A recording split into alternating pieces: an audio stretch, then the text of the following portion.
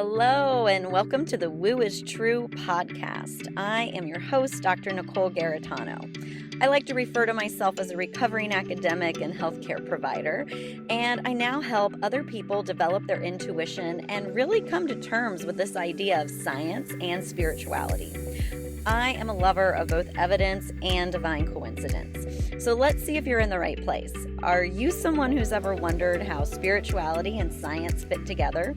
Maybe you've questioned what you learned through traditional religion, or you've had experiences that you know have a deeper meaning and you just aren't sure how to figure those out.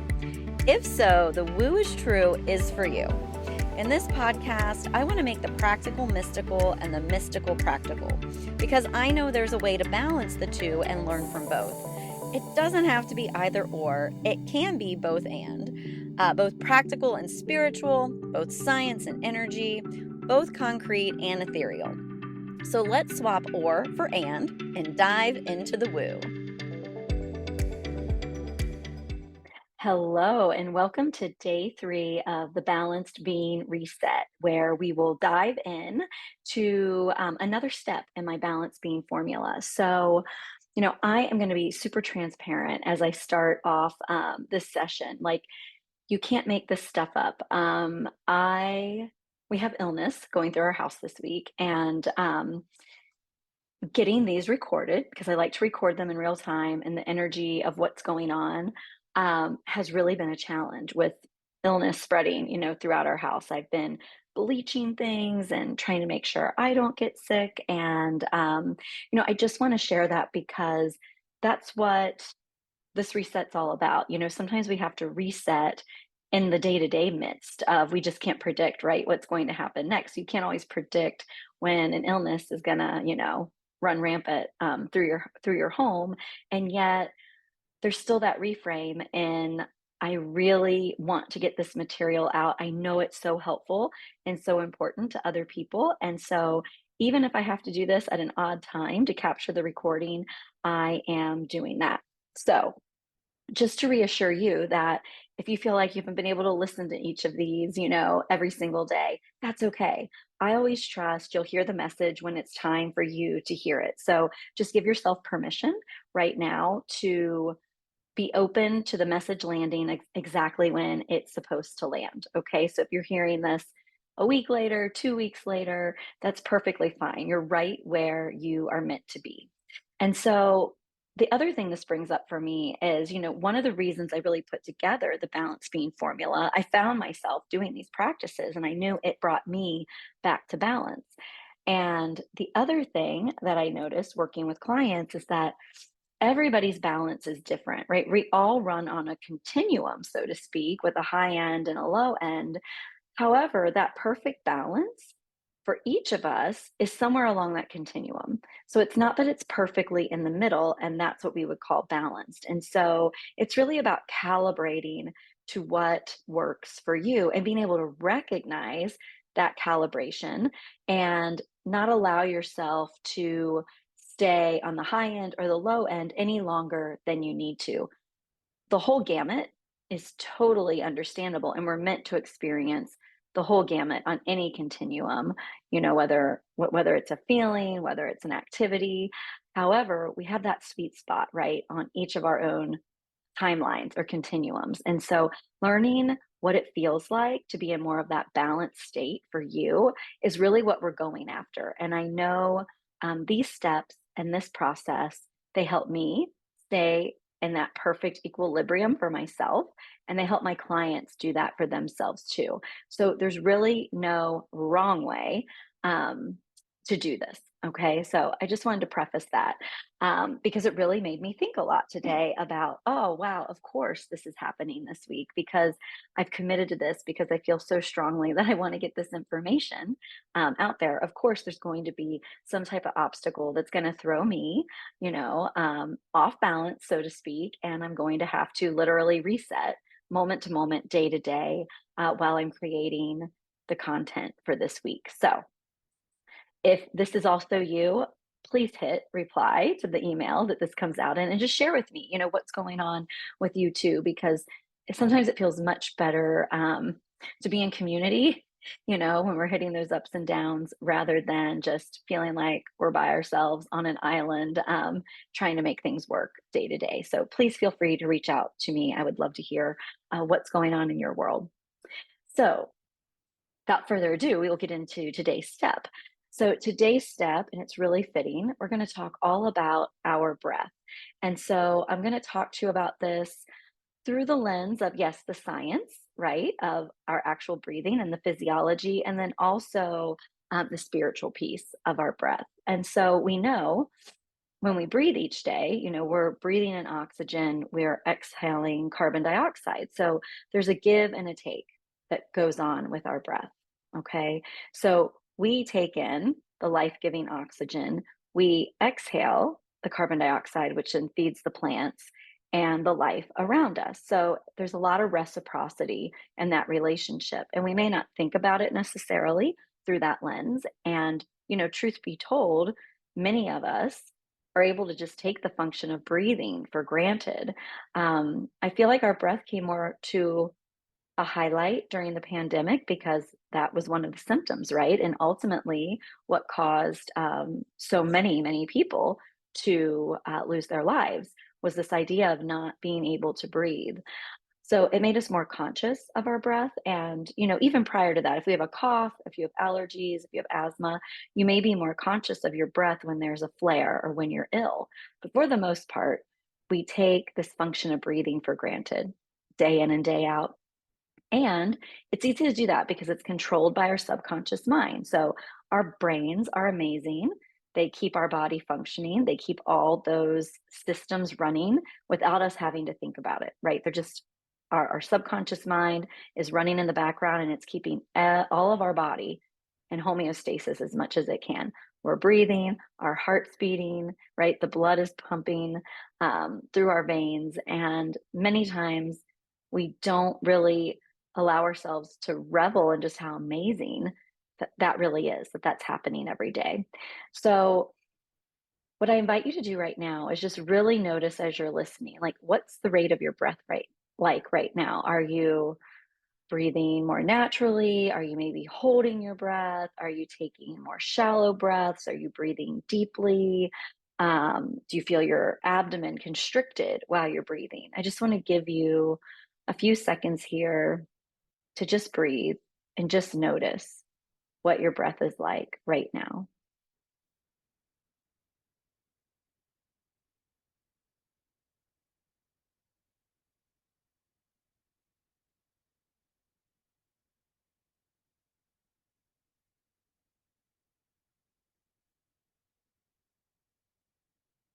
And now that you've done that, just really take a moment and if you have a journal handy, you can jot it down. If you just want to make a mental note, notice where you were holding. Like, is there a part of your body that was stiffer while you were breathing? Were you taking more shallow breaths? Did your chest feel tighter? Was your abdomen really able to expand?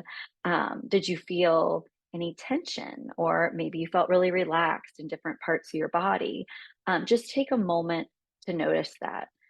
So many times we don't realize the impact, right? Our breathing is regulated in response to our emotions, to the feelings that we're having, to the thoughts going through our mind. So there very much is that mind body connection related to our breathing. And so it's been well documented in the research that when we're stressed out, when we have a lot on our mind, we will tend to take those more rapid, shallow breaths and not truly fill our lungs to their full capacity. And we also know, through the medical world, that when we don't truly fill our lungs to capacity and exhale fully, we're not truly exercising our lungs. And so as we age, they won't be able to expand and contract quite the same way. It's kind of like toning a muscle, with when you're lifting weights. Our breathing practices do impact our lungs and the amount of air we can take in, as oxygen, and then send it back out as carbon dioxide. So I just want you to invite in that idea of the lungs being like a muscle. They're an organ that we definitely need to exercise. And it doesn't mean hard, rigorous physical exercise. One of the more popular modalities, I think, that's gotten a lot of attention in the last few years is breath work. And so breath work is very broad. Breath work is, any practice where you're using your breath in a conscious, concentrated way to produce an effect in your body. And so if you work with a breath work practitioner, um, there'll be lots of different cadences to the breath, lots of different ways they'll have you hold your breath. And all of those are meant to impact the brain, the nervous system, our muscles, our tissues in a very specific way. What I'm going to share with you today is just my simple breathing practice. It's called box breathing. It's also called like 4 4 4 4 breathing. It has a few other different names. So you may have heard of it before. However, I just stick with this really simple um, practice when it comes to breath work day in and day out, because number one, you don't have to think about it much. And some of the other breath work practices, they're extremely valuable. They do take a little bit of time and they take practice, and they do require in the front end um, more of your conscious focused effort. And so I find that when we want to use these steps, building habits, the easier they are to master, the more likely we're going to continue to do them each day. So, what I'm going to walk you through, if you've done other breath work, this will seem very, very simple to you. However, what we've seen through the science of breath work is that taking breaths in these calculated manners, it reduces stress. It can reduce brain fog. It can clear our minds and give us more clarity. It gives us a general sense of well-being. It can also be energizing to our system. So with my clients, I like them to use this when stress is kicked in, or they can use it first thing in the morning, throughout the day, before they go to bed at night, coupled with the energy callback. So there's you can use it however you feel it fits into your world best. What I do invite you into is notice where your stressors or your triggers are throughout the day. And when you can become very aware of where those triggers are, then you can lean into doing the box breathing to right there in the moment regulate your nervous system, reduce the trigger, give yourself some clarity, lower your heart rate, and bring yourself better into balance. Okay. So it's very simple. We're going to walk through it now. I'll walk you through it. What you want to do is you're going to inhale through your nose to the count of 4. So inhale 1, 2, 3, 4. Then you're going to hold your breath at the top, 3, 4. Then you're going to exhale through your mouth, 2, 3, 4. Then hold again, 2, 3, 4. So what you're doing are these cycles of inhaling for the count of 4 through your nose, holding it at the top for 4 seconds again, exhaling then through your mouth for the count of 4, and then holding at the bottom again for 4 seconds. So I'm going to go ahead and do it here, so you won't hear me counting, but it will give you the rhythm of what the timing is like. So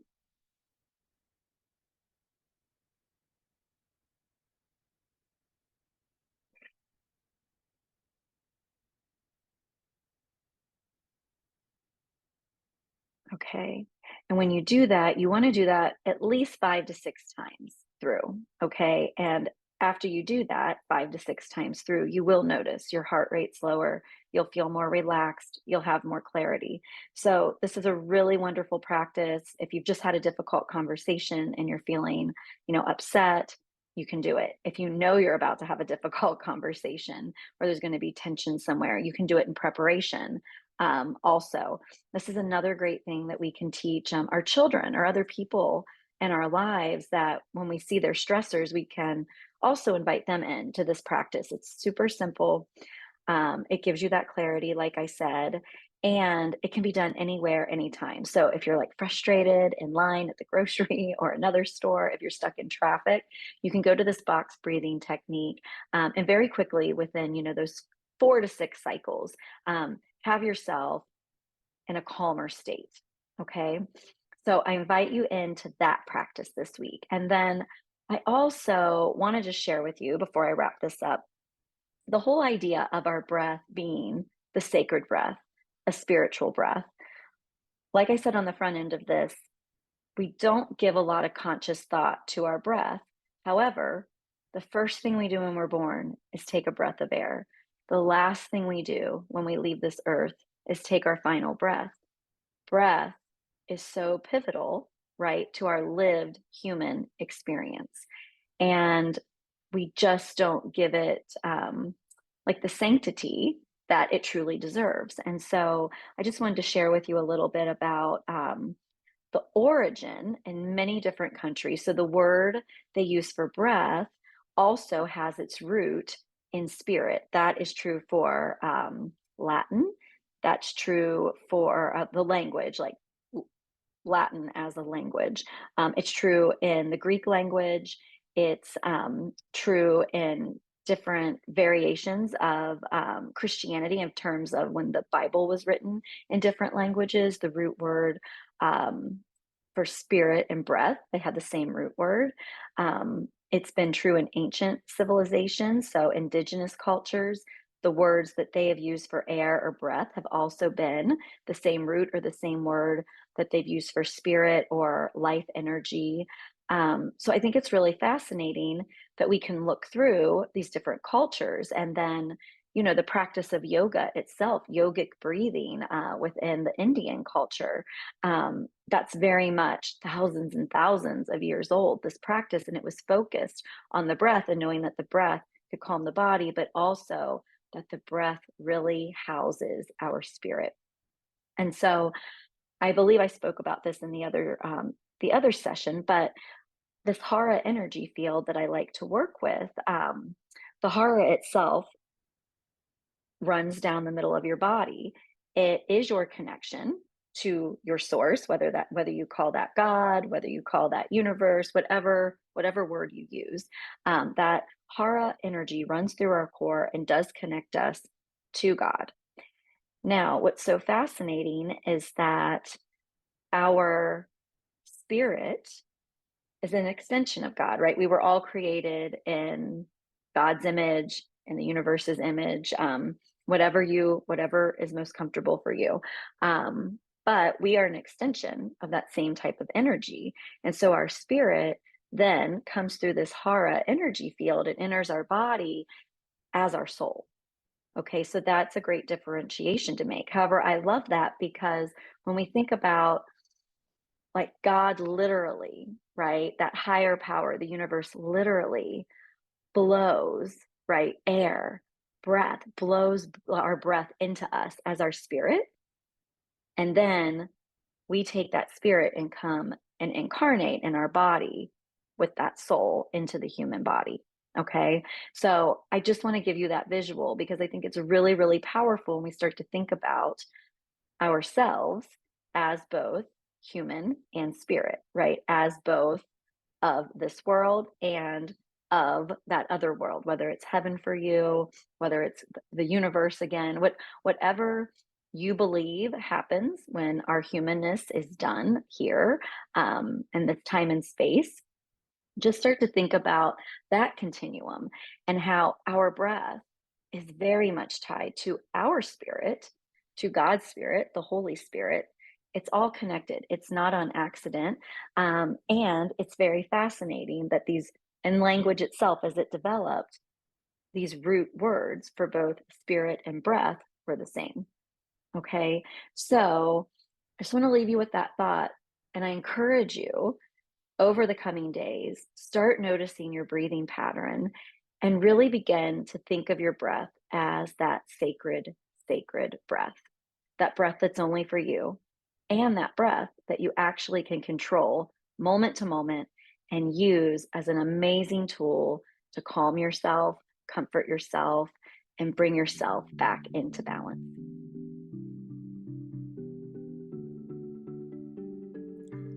Thanks for filling your ears with possibility today.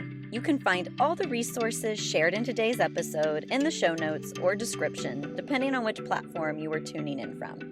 Until next time, remember your understanding starts inside of you. So stay true to your woo.